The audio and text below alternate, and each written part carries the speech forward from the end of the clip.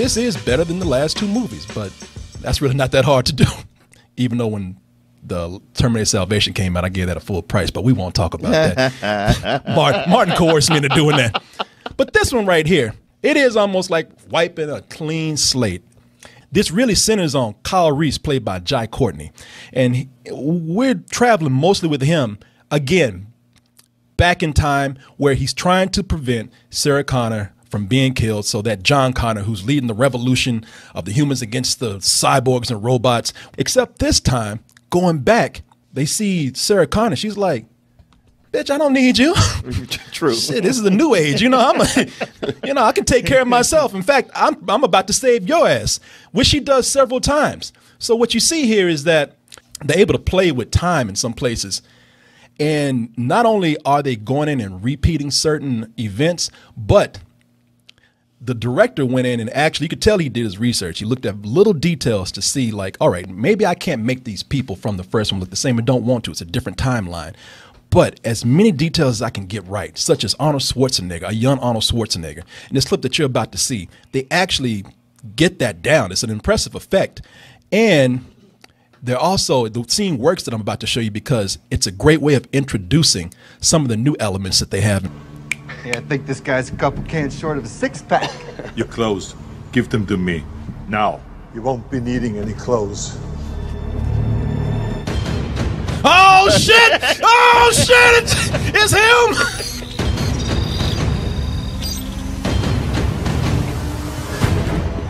I've been waiting for you. When you heard that chun chun chun chun chun, I mean, people in the theater, they were like, oh, fuck, we saw the trailer. We know it's coming up. People were shit like, oh, shit, it's the old Terminator. It's coming to whoop ass. He's still a good guy. And I was like that. And a lot of other people were excited, too, because you notice that what I'm talking about? That attention to detail?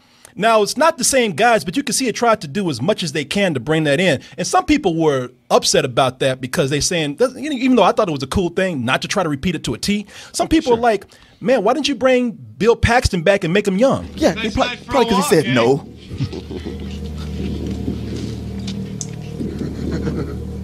Nice night for a walk. Wash day tomorrow. Nothing clean, right? Nothing clean, right? Okay, you They know can what? find anybody to look that fucking weird. I know. It's like, and even the director said, look, y'all can get mad at me all you want to, but Bill Paxton looks fucking stupid in that first movie. Oh, yeah. I love the way gang members dressed in 80s movies. Yeah, right. He's like, you got a goofball with a tire track on his face and blue spiked hair. He's like, the director said, I don't give a fuck. Y'all can get mad at me all you want to. I'm not doing that. And yeah, Bill Paxton said, no, I don't really want to do that either. Yeah. And you expect the Terminator to ask, like, what band are you in? Yeah. And you know what he would say? Green Day. Because that's what made me mad. That's what made me mad. I was like, look, yeah, I don't mind if you change the line and making them different punks, but did y'all really have to go and get a Green Day like fake cover band to come in and do that shit? It was good. That nostalgia, that feeling of, oh man, you're taking me back and you're actually being creative with it for about 15 minutes or so, because that's when the fan service came in. It was fan service, action. Fan service, action. It's fan service, foot chase. Fan service, car chase. And you start to notice it early on in the movie where it doesn't feel creative anymore. Like when they bring the T-1000 in, the liquid metal man, it's like, oh, our big thing, what do we do? Oh, wait a minute. Oh, shit, we made him Asian. How about that?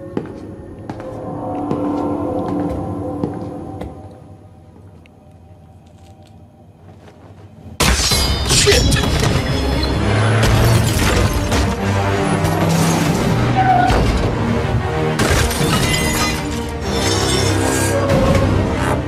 Come with me if you want to live. Now, soldier!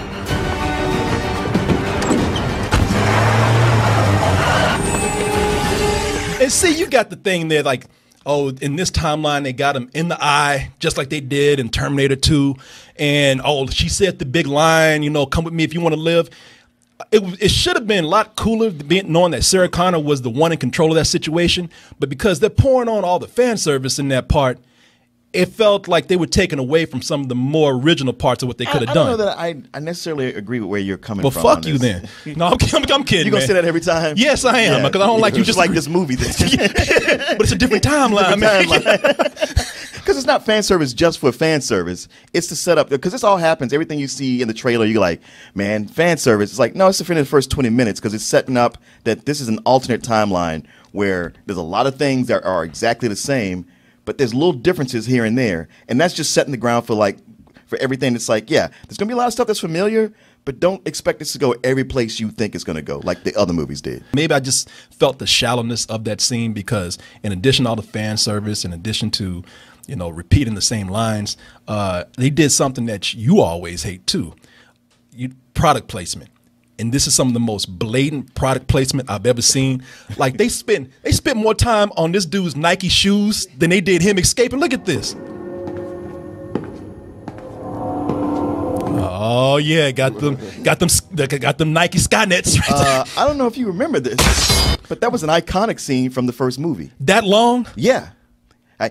Matter of fact, to prepare for the night show, I watched the first two movies right before coming here. And it's about that long, almost exactly like that, where his foot slowly comes down and he pulls the strip and it makes that sound. Were they Nikes? Yeah, they were those particular Nikes, that exact style with the white strip that you have to pull, the Velcro to tighten them. Well,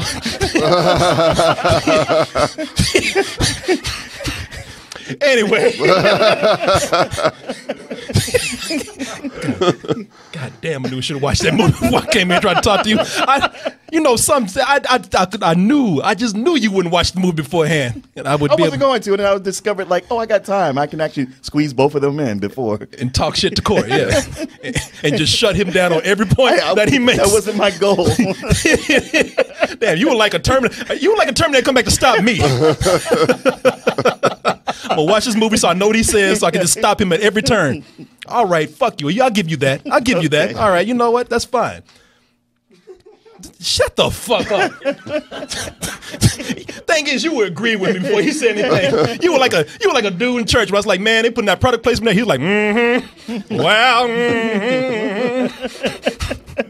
made my ass speechless. I couldn't do nothing for a minute. Shit, I was about to implode. Shit, well, shit. Shut down. Does not compute. I just saw a red screen in my eyes just go blank.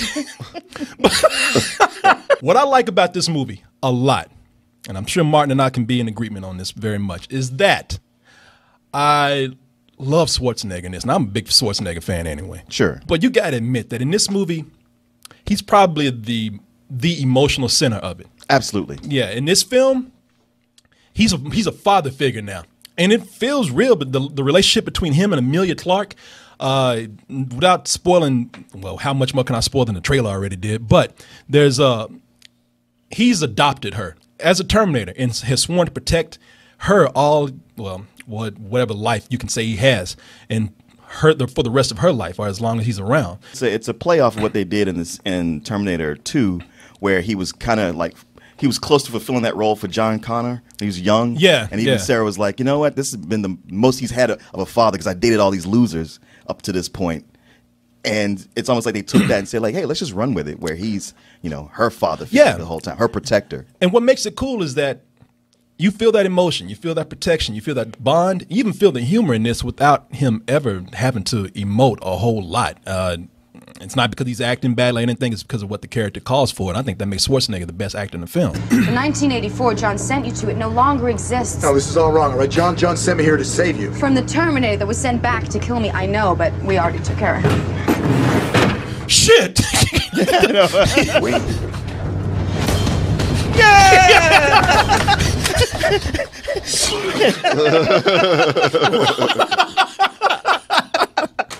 Here to kill you, stay in the truck. Shut your ass up. Been doing this way longer than you. Oh, great. That's just great. I did not kill him. But if I was Martin Thomas, I would. Because Martin hates John Courtney. Oh, yeah, he despises him. Yeah. I would say right now I don't hate him. Really? So this is the movie that turns you around? No. I heard this made people actually hate him. Oh, I know. What the fuck? You see do you see what I'm working with right now? This makes no sense. This is the most contrarian motherfucking person I've ever met. Only because you're not letting me finish. Okay, sorry. Yeah. Sorry, brother, please. I think in this movie that he's not good. I think he exposes himself to everyone to see like, yeah, he's like Sam Worthington 2.0, another Australian who can do an American accent but can't really bring anything to the table. We didn't need another one of those. No, we didn't. we didn't. The only thing that made me realize, I'm like, you know what? I think most of the time I don't like this guy just because I really hate the characters he plays all the time. And he's too good at playing those kind of generic, scowling, tough guys. Yeah. He's not very good in this. Like, especially you go back, you watch Michael Biehn, and you're like, yeah, that guy brought something here. Problem with Jai Courtney is if it's not on the page, you ain't getting nothing from him. Yeah. And here, a lot of it is not on the page for him.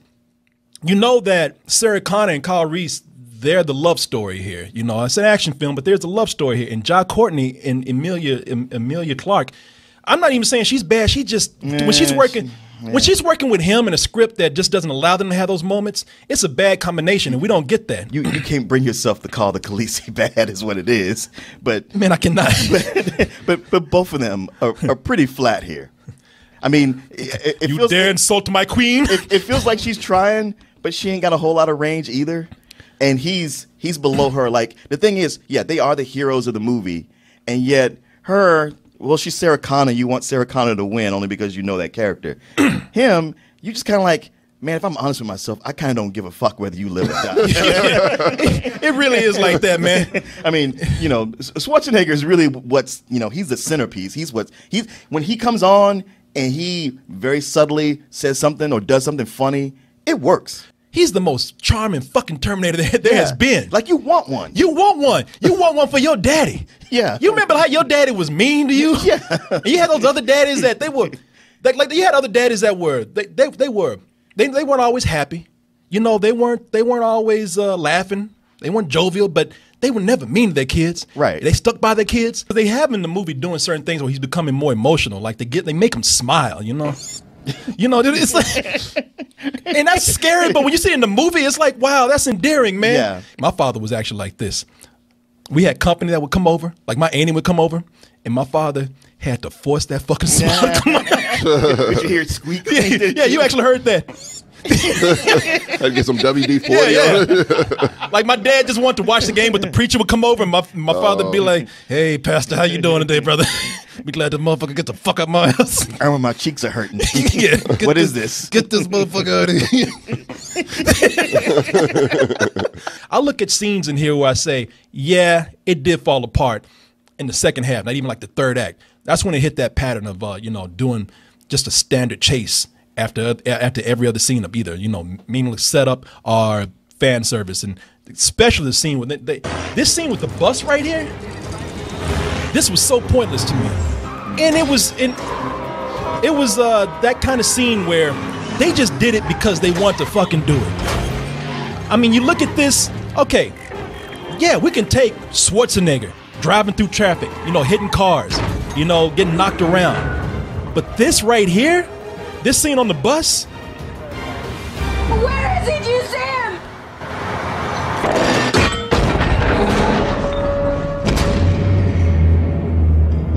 Do you see that? I know. That bus is like having him go that high. I'm like, nobody survives that crash. That bus shit would have won is like a silver medal. God damn, that's pretty high up for a bus. That bus actually pole vaulted up in the air, man. That bus is fucking horizontal, upside down. Does it stick in the the air. landing? And she had her seatbelt on at least. Kyle Reese did not. No. And then That motherfucker would be at the bottom of that right now. He would- already injured. he would be let alone, soup. Yeah. he would not. It would be a jacket and some liquid. Exactly. And then when the bus from that shit right there, when it, as you say, sticks his landing, they come back. All right, not even Sarah Connor would survive that, but she's in the. we're like, okay, it's a movie. But then Kyle Reese is sitting in the same fucking scene he was in. Nah, man. And he's like, oh, what happened? It's like, fuck you, man. Anybody get the number of that truck? Yeah, no, y'all are not Terminators. I don't buy that shit. Fuck you. That was kind of the flipping point for me right there. He said, am I gonna finish that clip? You want to finish the clip? Okay, here you go, man.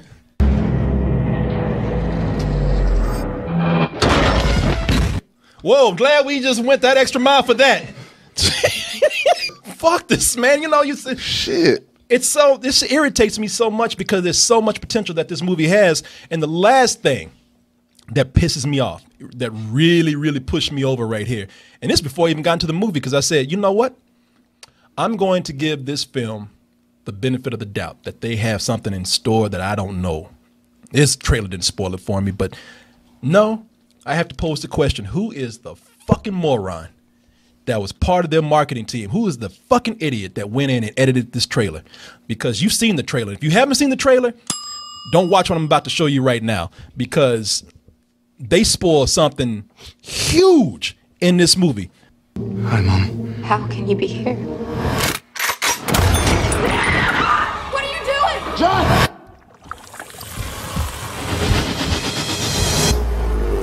What have they done to my son? Survival's what you taught me. He's the bad guy in the movie. And I mean, I'm just telling you right now, so you don't go in expecting anything else if you've seen the trailer. And even the director here, the director's name is Alan Taylor. He did Thor: The Dark World. Even damn, Mark. We don't blame you for your action. We just didn't expect it that much. I mean, you've heard relatives die. We didn't act like that. I mean, god damn, man. He directed Thor: The Dark World. God damn, fuck. I know. He's like, over in the corner. And shit. Mark, no. Yeah, like on you. But yeah, even he looked at this and he said, why did y'all do that to my movie? Yeah. Oh, did he? Yeah. There's an article out today. Yeah, he put out there, he's like, when they look at this and they get mad, they're not going to blame the studio. They're not going to blame the editor. They're going to look at me and be like, what the fuck was wrong with that guy? Like, Right. I had control over this. And I feel bad for the guy because I watched it and I said, man, that right there, that should have been something that people went in cold on. And like when they shot him right there, you should have been like, oh shit. And then you see the trailer, you're like, oh, I saw this already. It's a weird thing to me because watching it all play out, I was like, okay, him being shot is effective, but I'm like, it's a bit telegraphed that something's not kosher with this dude when he comes up saying, hey, I'm John Connor, I'm here, right off the bat. And it's something that plays in so many of the movies. It's like you get a rhythm for it. But also, it's one of these things where if that was like the last 30 minutes, I'd be like, well, man, you really spoiled it. But I don't know. That happens halfway through the film. Then the whole rest of it is that. This is what we call being forgiving. Halfway through the film is pretty significant, though, Mark. Yeah, Tommy. But you got a whole other half going on with this happening. It's not one of like the last minute reveal. Okay. No, Tommy, no. I was flip flopping between a rental and a low matinee, and I think the movie's fun. I'm not going to say don't see it. I'm not going to say that you can't go in and you can't have fun with it.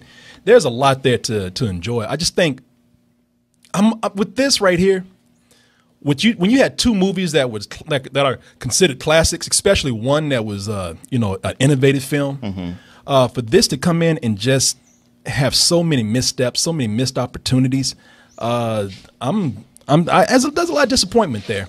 So I'm going to go ahead and say that this is it's a hot rental for me.